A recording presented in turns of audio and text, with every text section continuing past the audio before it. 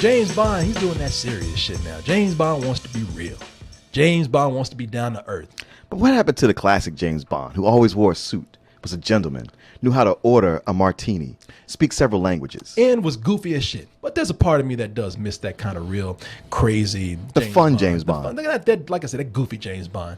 Well, that's all right, no, because now we have the KINGSMAN, the Secret Service.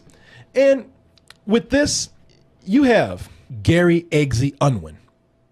And he's just a regular hoodlum growing up in a South London housing project who gets into a little trouble with the law. And he finds himself recruited into a life that will eventually leave the fate of the world in his little thuggish ass hand. Matthew Vaughn was a co-creator on this comic. That's what I read. Yeah. I read. But it was a 6-issue series. Yeah, I think it came out in 2012. Yeah. You know what I hate more than Wiggers?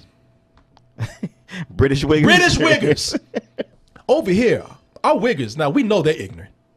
You know, because they used to know, yo, son, what's up, homie? Yo, dog, yo, dog. And we know that's some stupid shit. Yeah. But them Wiggers over there in Britain, they still all that got that pip cheerio. They don't have any of that. hand me your wallet, It's all that chav and cockney. Oh, you know what it is, to man. the point where you're like, I don't know what the fuck he just said.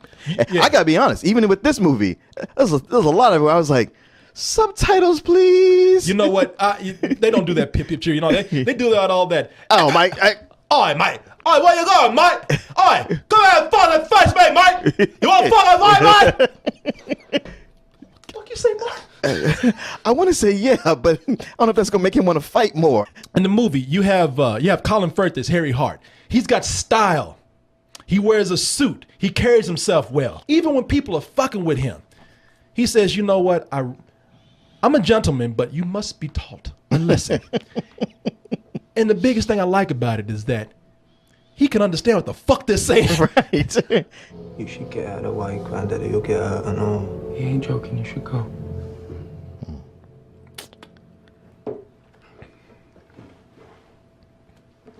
Excuse me. If you're looking for another rent boy, they're on the corner of Smith Street.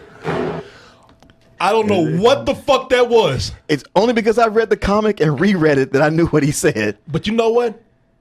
I don't know what he said, but whatever it was, Colin Firth did not like it. It was almost like Colin Firth, like, what the fuck you just said to me?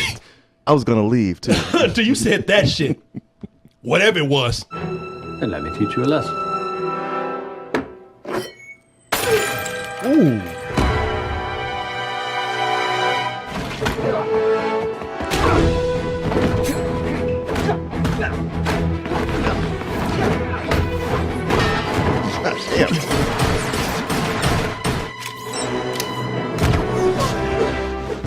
Fuck you. knock that bitch off his legs, man. And eggs are like, damn. This is some of the most gorgeous action I have ever seen. I mean, seriously, a long time. It's very hyper stylized, but it works. But it's clear. Yeah, it is. There's a scene in here where Colin Firth takes out a whole church of homophobes and racists and conservative backwoods country hillbilly Pretty people. much just a church. Yeah, a southern church. Why am I going into detail any further than that? And when you see that scene right there, it is so much like a ballet. I said, you know what? If they actually kill people in real life this way, I would be for the death penalty. Besides the action, the greatest thing that I can say about this movie, they managed to make that old 60s sci-fi version or fantasy version of a James Bond movie, and they make a legitimate James Bond movie without James Bond in it. Yeah. This movie took what they tried to do in that era of Pierce Brosnan and actually got it right. You don't have to see any of those James Bond movies to watch this and not appreciate it. You might even get a bigger treat if you watch it and go back and see some of the influences for a movie like this. And I'm glad that they went ahead and made it rated R.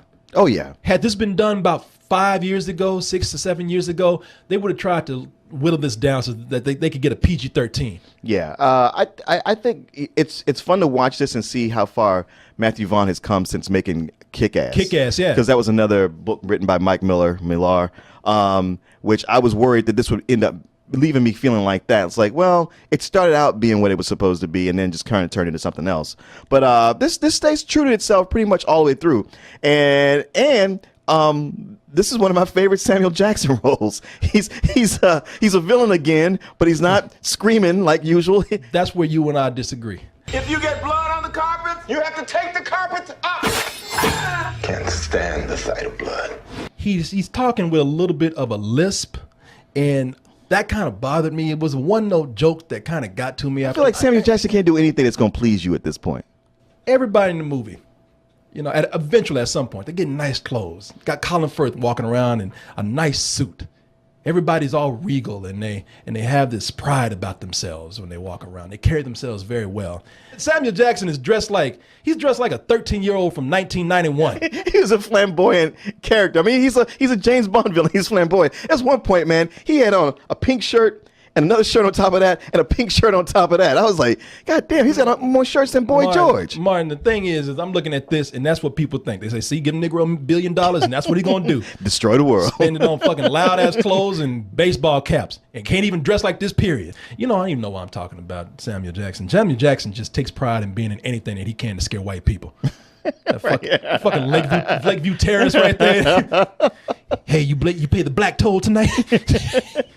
This shit right. He made another movie, man, that was on Netflix. I told you about it. It was a movie where his sole purpose for being there was to pop out of nowhere and scare white people. He followed Luke Wilson around. Oh yeah, you were telling me about that. The movie's called Meeting Evil. He's the evil in it. Really pops up out of nowhere to say, I'm the scared black guy. Samuel Jackson he likes fucking with white people, man. He does. He really does. Why are you trying to step on him for that? He's providing a service. He's the anti-magical Negro. Because he's hurting us. That's why. God damn, your frog looking ass right now. Take them goddamn glasses off. Look like a rapping toad right there. It carries itself with dignity.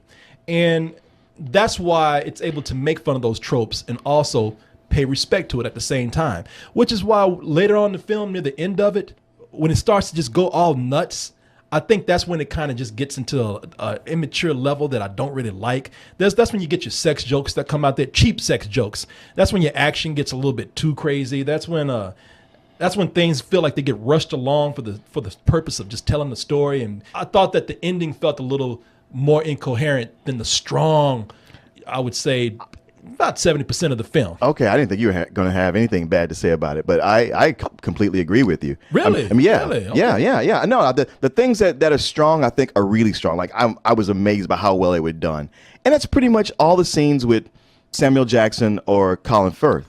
For what it was able to pull off for most of the film, I mean, this is a hard R. I'm talking about heads exploding, limbs being chopped off. I'm talking about, like, again, if you want to get to graphic sex jokes, they have that in there too. But I was amazed at how they kept that balance in there with being able to tell a story with pretty decent character development, and for as silly as the plot is, for kind of keeping it interesting. But I think that it worked more than it didn't. And so that's why I would give this, I'm giving it a full price, man. I had a fun time in there. Yeah, it's a low full price. It was fun. I wrestled with that, with low full price. I mean, I think I come more to a really high matinee. It's also doing that thing where all the spy stuff is really cool, but there's also that element of YA novels. It's once again, hey, you were down, but you're that one that's chosen. That's the thing that I wanted with this character. Like, they want him to be kind of a thug. Yeah. But no, the bullies come up to him and they say, "Oh, what are you doing there, XZ?" And he's like, "Guys, I don't really want to trouble. Let's go." Man, what? Punch this son of a bitch, man. Yeah. He gets home. His trainers are new. All his clothes are clean. Yeah, he gets home. Mom is, fucking around with him. He's like, "Oh, that's okay, Mom. I'm still gonna be respectful, son." His stepdad gets up. I want to punch the fuck out of you, boy. And he's like, "Yeah, I probably brought that on myself. I'm not gonna cause any trouble. You ain't no wigger." Especially later when they talk about, oh yeah, your military training in the Marines, and you're like, what? He looks like he's like 17. Yeah, I know. I don't understand. Was he in the Marines for like 2 hours? Right. Before they realized he was too young to be there? He's a fucking kid, man. I mean, he's a good kid, but he ain't no real thug. You ain't no real thug. Yeah, ain't no real thug. Yeah, you ain't from the hood. It diminishes the point somewhat. Speaking of which, who's the girl? Her name is Sophia Boutella. In the movie, she plays the character Gazelle because she actually has no feet. She has blades on her feet, and that's what she uses to cut. Those kind of Oscar Pistorius running blades, except they're actual knives. Here's the funny thing about her. I looked at her and I said, she's hot, but she got kind of a mannish face on Yeah. her. Oh yeah, she does. The whole time I'm looking at her, I'm like, yeah, she's beautiful, but at the same time, is she though? Martin, you fan of the Three Stooges, right? Sure. Now tell me if you didn't cut her, if you didn't give her like a chili bowl haircut right Well, there. she's almost got one. She would look like Mo in drag right now. Well, yeah. Yeah. And Martin's thinking about that because he's like, well, shit, then I had to fuck Mo if that's the case. Martin don't want to answer, you know?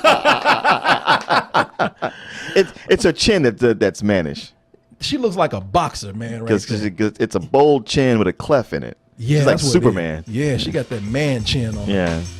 Hey, you know, like I turned that shit I know, down. exactly. What the hell am I talking? Of course, shut the fuck up. Exactly. You actually say no to that. Yeah, she could be a man, but you know, you still do it.